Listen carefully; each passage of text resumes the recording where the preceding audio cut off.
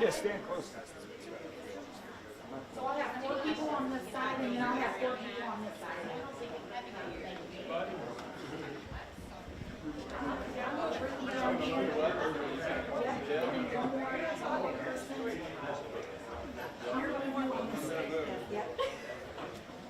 Right here. This is it. And so, scooting just a little bit. Don't be shy, one step over, one step, one step, one step. All right, all right. Framed up good? Good? You guys good? All right, well, good afternoon. Thank you all very much for joining us today. And first, Happy New Year. Happy New Year to everyone here. Happy New Year to everyone in Louisville. I hope everyone enjoyed the holiday season, had some great time to spend with family, friends, themselves, got a little bit of rest and relaxation during the celebration. And I am really excited about the year ahead for our city, about 2025 and what's coming. We have great momentum in our city right now, all across Louisville.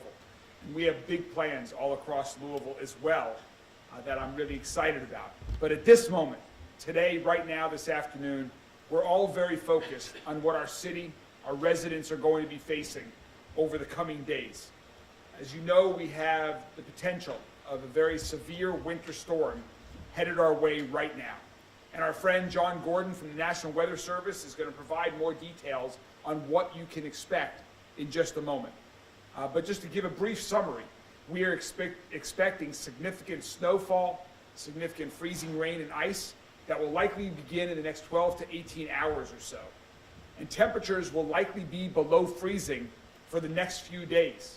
And beyond that, it's going to be very cold for the next few weeks.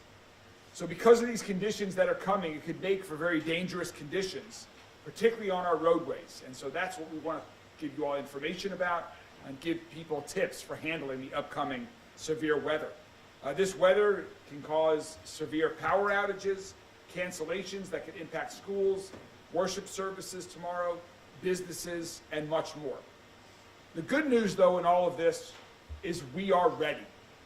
We have teams that have been working around the clock for days. In fact, some work all year round, preparing for severe weather events. And you're going to hear about our preparations this afternoon. Preparing for winter weather is part of the work we at Louisville Metro government do every day to keep the people of Louisville safe. And again, we have folks that have been working around the clock. Several of our deputy mayors are here today. Thank you all very much for leading the charge, to the director of our departments, to everyone at Louisville Metro government. And our Metro Snow team is ready as a result. Our emergency services teams are ready. And we're talking with our partners at LG&E and JCPS, and they're ready, and you're going to hear from them this afternoon as well. We are all ready to respond to whatever winter weather comes our way over the next couple of days.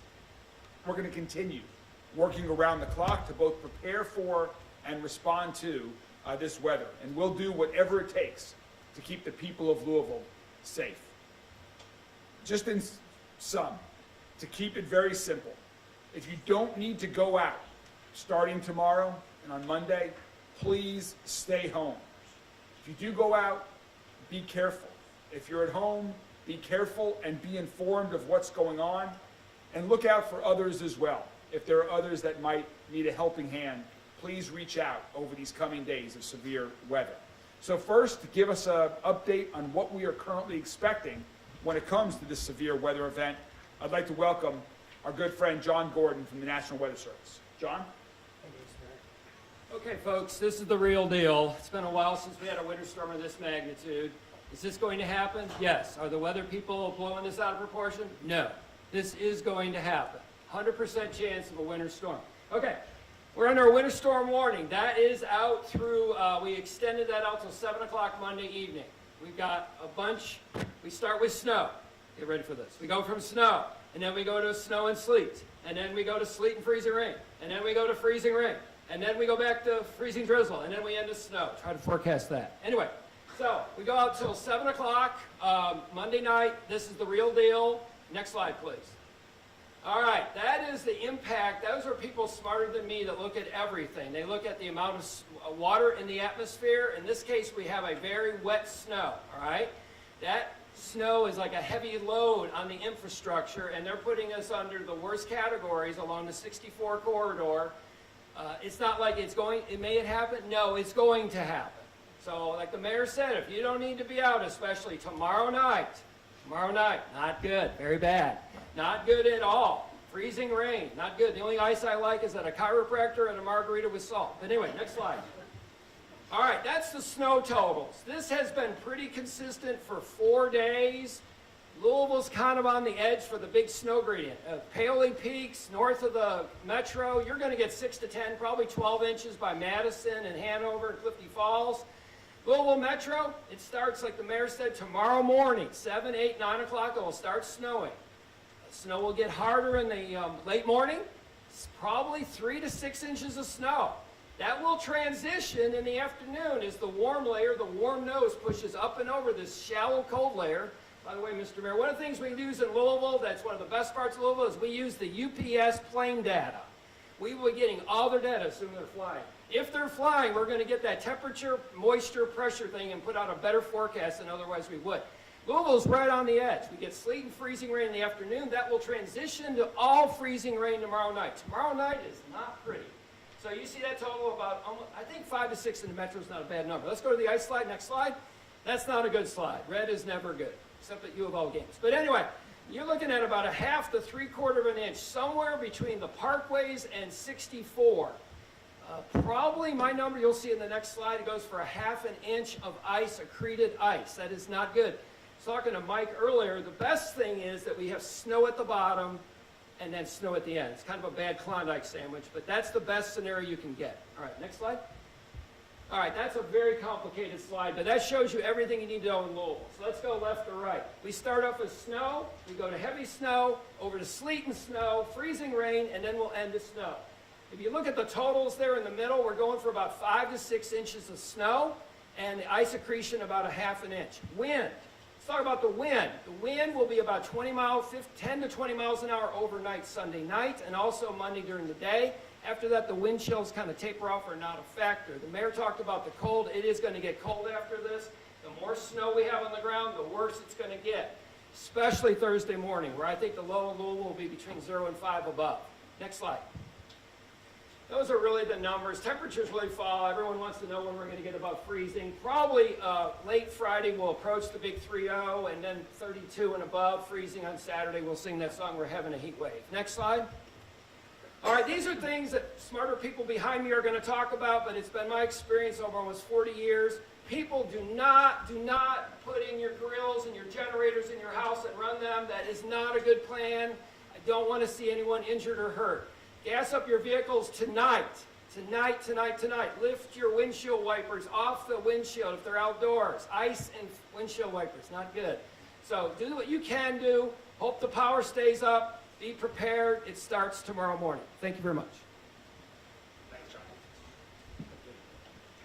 Thank you very much, John, for giving us all the latest information. John always does it with his great sense of humor, but it is very serious, as you can tell from the depth and the knowledge of information that John and his team at the National Weather Service work to provide everyone in our city with the most reliable data. And as you can tell, notwithstanding his humor, that is very serious. We have to take this storm very seriously as we are. So, John, thank you to you and your team for everything that you guys do. We certainly hope there won't be any emergencies as a result of this expected weather that you just heard John talk about. But if there are, our entire Metro Services Emergency Services team is ready to respond.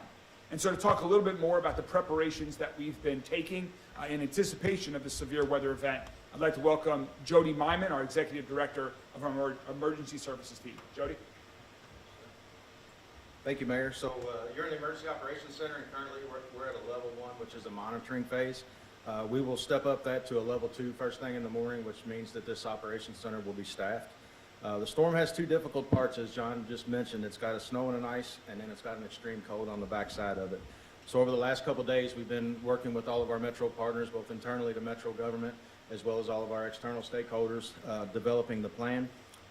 Potential causes of some of these are obviously covered streets, wind, extreme cold, and power outages. And there's some things that you need to do as the public today, if you haven't already, to plan for this. Discuss it with your families and your family and friends, and make sure they understand some of the following tips that we'll go over. For the snow and ice, and you know, John mentioned some of these things. If you have to drive, use extreme caution. Give yourself plenty of time.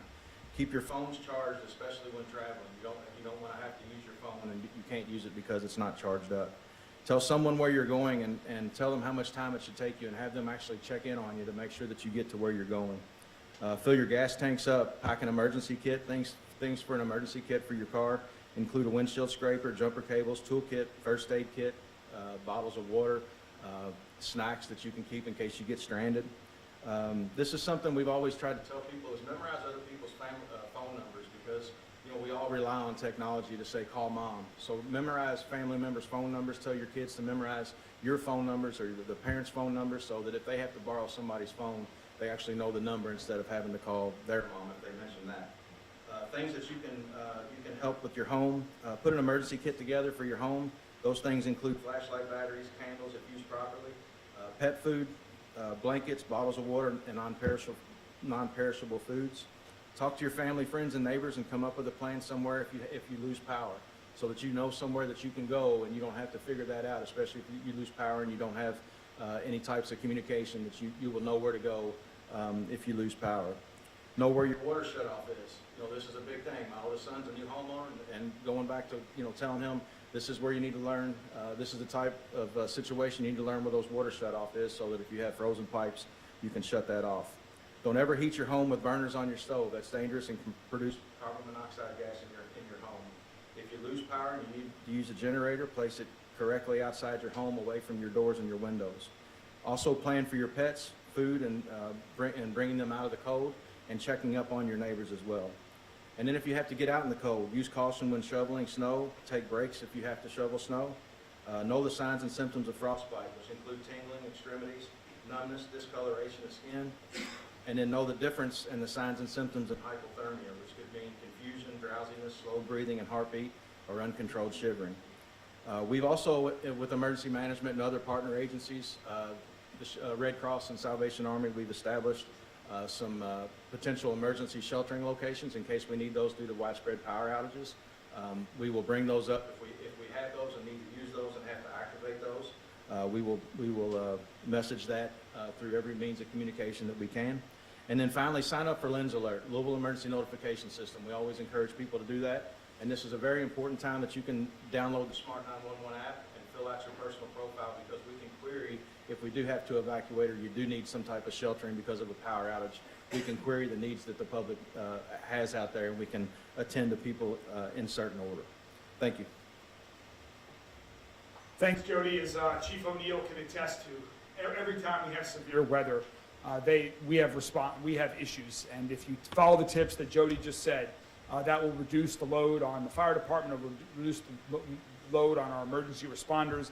More importantly, it will keep everyone safe. So please take that advice that Jody just provided very seriously as we move forward into this period of severe weather. So beyond emergency services, we have a lot of folks in local metro government that have been working hard to prepare year-round for the snow event.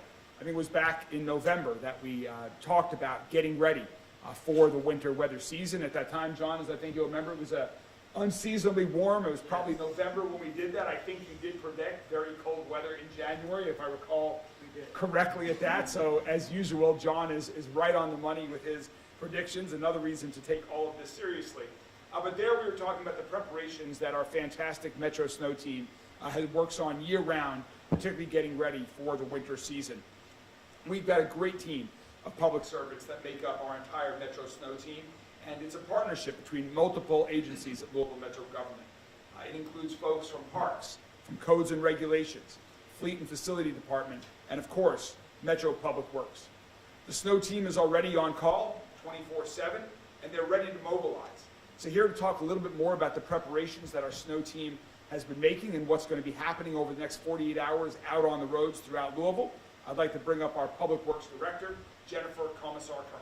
Jennifer? Thank you, Mayor. I also want to thank the Metro partners who make up our snow team, Public Works, Metro Parks, Codes and Regulations, Vacant Lots Division, and Fleet Services, as well as our external partner agencies, Kentucky Transportation Cabinet, District 5, who are taking care of our interstates, and of course the National Weather Service Louisville office. It's the commitment and the collaboration of these groups working together that ensure our city's roadways are kept in safe driving condition during the winter months. We have been in constant communication with the National Weather Service monitoring this event, so our snow team has the latest, most accurate information and can prepare accordingly. A lot of prep work has to take place before any weather event.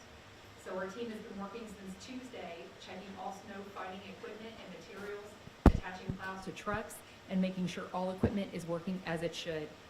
This is going to be an all-hands-on-deck event, so the team will report in at 6 a.m. tomorrow to make final preparations, and then stage at the start of their respective routes to begin applying salt and then later plowing Metro's 110 snow routes. The team will work in 12-hour shifts for as long as they need to. We'll have upwards of 160 pieces of equipment on the roadway, including payloaders, snow plows, utility trucks, and other heavy equipment, as well as close to 200 team members working around the clock to ensure that our 2,700 two-lane miles of our system are cleared. So, as multiple speakers have already said, if you must travel, here's what you can do to help our team out during snowy and icy conditions. Slow down, take your time. Roads can be slick and icy even if they don't look like they are, so please slow down. Plan ahead, give yourself plenty of time. Plan to take at least twice the amount of time as it would usually take to get to your location. And look out for snow plows to give our team room. So plows are big, they're bulky. Sudden maneuvers can add to additional hazard conditions that we can't accommodate. And then for the latest updates, you can follow us on social media or visit the snow route map on louisvilleky.gov, and you can view the real-time snow route progress to see what streets have been cleared. Thank you. Thanks, Jennifer. Just to give a little bit more information on some of that, to give people context, I was talking to Mike earlier about our snow routes, and to do all the routes that Jennifer just described, if we're just salting the roads, that's about a 6-hour process. When we need to go into the plowing stage, that takes about 12 hours to plow all of the routes that Jennifer, the 110 routes that Jennifer just described. So again, we are going to get to all of those routes. We've got the map posted. You know where we will be salting and plowing. And again, just to give you a sense of the time that it takes to cover the entire county, 6 hours for salting, about 12 hours for plowing. Again, as the weather changes, we do encourage people to not travel if they don't need to, but we know from the past that certainly people do have to travel. People do have to get to and from particularly emergency responders and people that are essential workers, and whether it's for a government or for their business or for another reason. And oftentimes that leads to accidents. We hope those will be kept to a minimum this time. But to talk a little bit about the response, we've got Assistant Chief Corey Robinson with LMPD that's here today to talk a little bit about that as well. Assistant Chief Robinson. Good afternoon. I first want to say it's our pleasure to serve the city of Louisville, and we intend to do so over the next few days with great pride and dignity, and you should not see a lapse in any service that you have. So if you call us, we're going to come to your need. So just make that abundantly clear first and foremost. Once we get into the weather system tomorrow, we'll have to monitor that with our director from MetroSafe, and we'll see how the calls start to overwhelm the officers. We anticipate that at some point the accidents that we anticipate will happen, well, at some point could possibly overwhelm us. If and when that happens, then we'll notify the public through our MetroSafe partner, through our social media, and through our media partners that we're going to go to what we call state forums. That's the old verbiage we would use as state forums. That's a fancy way of saying that we'll direct you to KentuckyStatePolice.org, and we'll direct you to fill out the online form and exchange information with the other involved party. If there's injuries, then we're going to still come out for the injuries. So I'll make that clear. If there is an injury there, then we're not going to direct you to a state forum at that point. But if you called in after we've made the determination that we'll go to the KentuckyStatePolice.org portion of it, then the Metro Safe dispatcher will let you know that. Again, we're going to notify you through media and through social media as well. But for now, it's business as normal, and we'll keep that going for as long as we can. And in a perfect world, we don't have to go to state forums. We'll just keep it. We'll keep operations normal. We don't anticipate that we'll be able to do that. Also, the calls will be prioritized. So if we have like a violent call for service where we need to get there and there's active trouble, that might take precedent over a call where we don't have active trouble there. So we just want you to know, if you call for our help, we are coming, but just know that just call with a bit of patience, because it might take us a bit of time to get there if we're having to prioritize calls. And then just anticipate slower response times for us, just in general, just so we can get there safely. The last thing I want to do is get one of the officers there in too much of a hurry, and then add to the problem where they're in an accident themselves. So we have to, take that with some caution as well. But if I'll end like I started. We are here to serve you. It's our pleasure to serve the city, and you should not see a lapse in service at all over the next few days. Thank you. Thanks, Corey. And as I said, it's beyond Louisville Metro government. We're also working with community partners to prepare for and respond to severe weather. And obviously, when we have the threat of heavy snow and ice, as we do now, we're always concerned about potential power outages, particularly when we have the threat of freezing rain. As you heard John talk about earlier, we are expecting freezing rain over the next couple of days. So no one is more concerned about that than our partners at LG&E. And so to tell us a little bit more about the preparations and the response for the upcoming storm, I'd like to welcome Chris Whalen. Chris Whalen she's the Vice President of Communications and Corporate Responsibility at LG&E, and is a great partner with our city throughout these events, and has been for years, as has her entire team at LG&E. So Chris, thanks for being with us here today. Thank you, Mayor, and thank you for all your team is doing during this. Jody, thank you for the tips. We cannot say it any more than you did, that the key of this is keeping our customers safe and keeping our employees safe throughout this. Generator safety was a key. Be prepared. Now is the time to come in with a plan. Make sure that during the storm you check on your neighbors and the elderly especially. We want to make sure we keep everyone safe. We are prepared. We have additional resources coming in. So starting tomorrow, we'll have 1,000 restoration personnel ready to go and address whatever storm that might occur. But with that, with the ice and the snow, it will slow progress on this. So we appreciate our customers' patience. We know this could be a lengthy storm, and we could experience some outages with ice, and it's always the thing that we don't want to hear about is ice. So we hope that everyone is prepared for that. From a restoration standpoint, we'll prioritize that. We'll start with the emergency areas, the hospitals, the schools, and nursing homes, so forth. That's on our prioritization plan. And from there, then we'll go to the broken equipment and the transmission lines down to the lines that serve the home. So keep in mind that it will be a process that we work through. And if you see a down line due to the ice, please report that. Either call 911 or 589-1444. And whatever you do, stay away from any lines that are down. We treat all of those as live wires, whether they're ours or someone else's. So with that, I just appreciate your patience and thank you for everything that you guys are doing there. Thank you very much, Chris.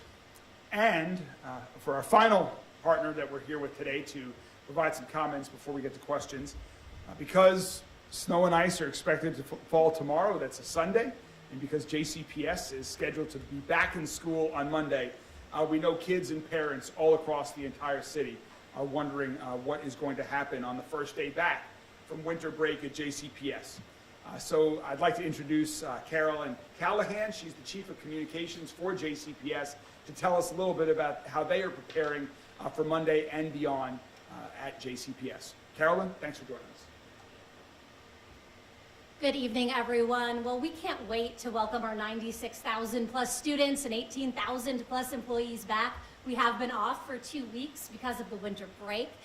There is the potential, the strong potential, that there is no school on Monday. I'm going to lead with what you all want to know. We do not have an official decision for you today on if there will or will not be school tomorrow. So what are we doing? Monday, you're right. There's definitely not school tomorrow.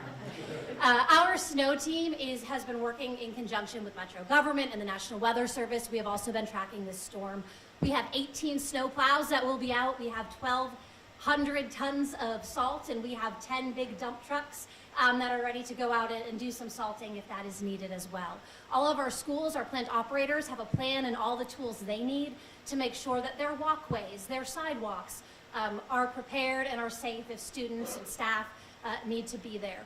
Our staff, our snow team, they start driving around throughout the city as soon as precipitation starts. And they are continuously reporting back to us on road conditions, any damage that they see. We have more than 150 schools, so we are also taking track to see if there are any burst pipes, if we have power, if there is heat, if there is internet, all of the essentials that we need at our schools for our students and our staff to be safe.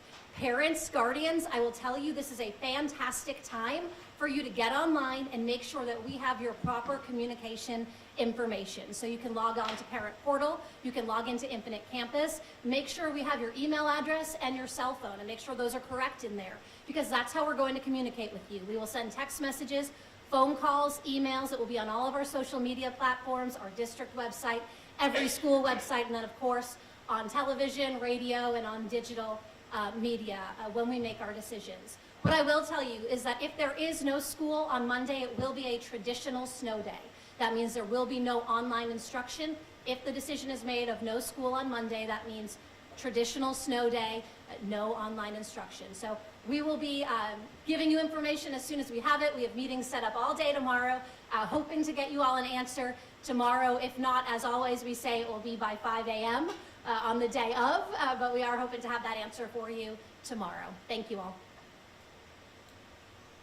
Thanks, Carolyn. And before we get to any questions that the media has, just a few more items. Some closings, again, is just like Carolyn was talking about with JCPS. There'll be more notifications if things do close. So check for your church if you're planning to go to church tomorrow morning, or if you have other events or locations to go to, please check before you travel. The zoo will be closed tomorrow. The Louisville Zoo will be closed tomorrow. Also, we're in close touch with our friends at the Muhammad Ali International Airport. They, of course, as John was talking about, we've got a great partner in UPS. We want to keep UPS and everyone else flying as often as we can, and also with safety, just like everything else, is the main priority. We do understand that some airlines have already made some cancellations for tomorrow, so if you are flying, please check ahead and check regularly because things could change there. They do hope to be able to restore normal operations if things have to change as a result of the weather by Monday afternoon. That's their current thinking. Freezing rain is the biggest problem of what we're expecting for airline traffic, and so that will easily could impact traffic at the airport. So please, again, safety is most important there, but please check ahead if you are flying. And one more very important note. When winter weather hits, especially when the temperatures drop below freezing as we're expecting, it's especially dangerous for our neighbors who are experiencing homelessness. And that's one more reason that I'm so proud that we've been able to already open a temporary family shelter as part of our community care campus in partnership with VOA earlier, just a couple of months ago. We also very recently have funded hotel stays for inclement weather stays during inclement weather times. We funded hotel stays, shelter, and case management services in partnership with St. John's, VOA, and Southwest Ministries. Homeless Service Divisions, is here with us today. They were out on Friday. They've been out today. They'll be out tomorrow, doing direct outreach with individuals who are in the streets and looking to get them services and shelter and a place to be warm. I'm also very proud of the partnerships that we have with community organizations like Salvation Army and Wayside Christian Mission. They're participating in our white flag efforts, making special arrangements to offer shelter when the temperature or wind chill gets below 35 degrees, whenever that happens. Thanks to all of those partners as well. Thanks also to Delta Dental of Kentucky, who provided a generous donation that now give us the opportunity to have 2 more warming centers that will be open to help people who need a place to get away from the cold. One of those warming centers will be at Hope International AOH Church of God, which is located at 2330 Algonquin Parkway, and that will be open starting tomorrow. And the other warming center is at Exodus Family Ministries, located at 4205 Cane Run Road. That will be open starting on Monday. TARC, beginning tomorrow, will be offering free rides to anyone who is looking to get to a shelter or a warming center. And our neighborhood place locations will also serve as warming centers during regular business hours. Also, importantly, the Louisville Free Public Library will be open tomorrow, and people can go there if they need a place to get warm as well. So thanks to our colleagues at the Louisville Free Public Library. And we'll continue to share all the locations, the times, and other details of everything that we just described with respect to shelters and warming centers and all this other information on our social media accounts. So please follow along at our accounts through the Office of the Mayor to have up-to-date information on everything regarding this expected severe weather event. Continue to follow us. And finally, I want to thank Governor Beshear, who issued a statewide state of emergency earlier today. This afternoon, I will also be declaring state of emergency for all of Jefferson County. The reason we do this ahead of the expected storm, just so you understand, is it helps us with procurement if we need to buy things to be able to respond as quickly as possible when severe weather strikes with our response. It also gives us some flexibility in our collective bargaining agreements with our team at Louisville Metro Government to ensure we can have the team available, as you just heard, the hundreds of people that are preparing for and are going to be responding to this expected severe weather event. So before we take questions, just in conclusion, to state what we've already said, please find a place to stay warm, stay safe, check in on others who might need a helping hand. And if the roads become hazardous, please stay off if you don't need to be on them, so we can get everything cleared and get everything back to being as safe as possible, as quickly as possible. Thank you all very much. We'll continue to keep everyone updated again through social media, but also as needed, we'll continue to speak directly to the people of Louisville, directly to the media, as often as is necessary. Thank you all very much, and we're happy to take any questions from members of the media. Paul. John, in discussing the mix of precipitation and when it's coming in, the order, you said it was the best case scenario. What do you mean by that? Just Because, okay, Paul, so you want, for the folks like Mike that have got to deal with this, you've got snow at the bottom. If you put salt and brine on the bottom, the snow hits that, it starts melting, and they can get rid of that. Or keep enough on there where the ice falls on it, and he's got a layer on the top, and then he can shove it out of the way. I think, correct me if I'm wrong, the big problem for you is tomorrow night. After that first layer, when you take the snow and the sleet and remove it, then you've got to deal with nothing but ice. So Mike and I, right, you're gonna burn the heck out of it with salt, right? Okay. Does that make sense? Okay. Any other questions? You got any recommendations for local businesses and employers for Monday? Not yet. Again, we're going to have to see where we are tomorrow. We will continue to stay in touch. Folks, just like JCPS, are going to have to make their assessments based on what they're seeing, based on the continued forecast, which will continue to be fine-tuned by John and his team. Right now, I encourage people, there are a lot of NFL games on tomorrow. Enjoy the NFL tomorrow. Try to stay home, find something to do with family or friends, catch up on a book that you didn't have time to read over the holidays, and we'll continue to keep you informed. And just one more, for Chief O'Neill or the Assistant Chief, when you're dealing with winter weather like this, does it affect response? How does it affect response times? Fires? So, just like the Assistant Chief in said, your fire trucks and your yeah, cars. if you need us, call, we're coming. But if you can imagine, we have snow and ice on the ground, we will put chains on those fire trucks. And a fire truck cannot drive as fast if it's got chains on it and it's going over snow and ice. So it's going to take us just a little bit longer to get there. But I promise, you call us, we're coming. With potential forecasts for teens later on in the week with JCPS and young kids out there, walking the bus stops, waiting, what is your kind of preparation look like for that, or calling school those days or anything like that?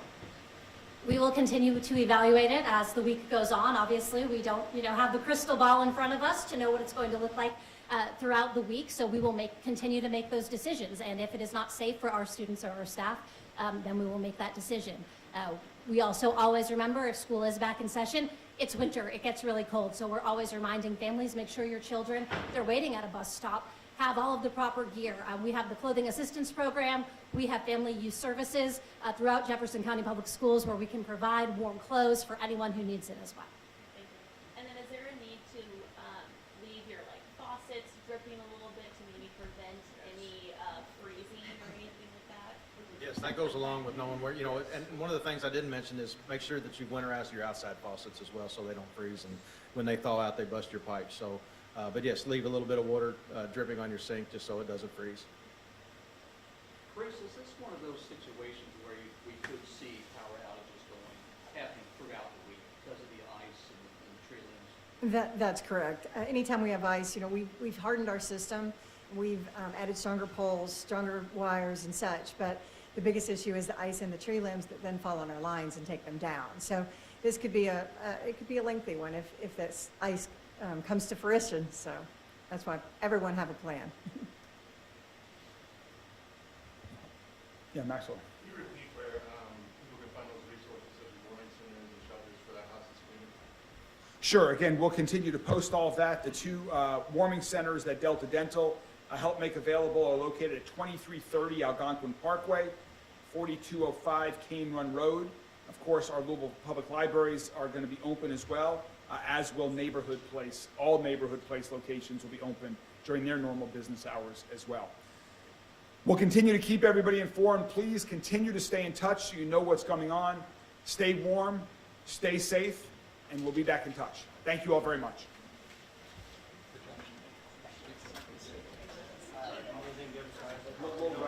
Yes, we do.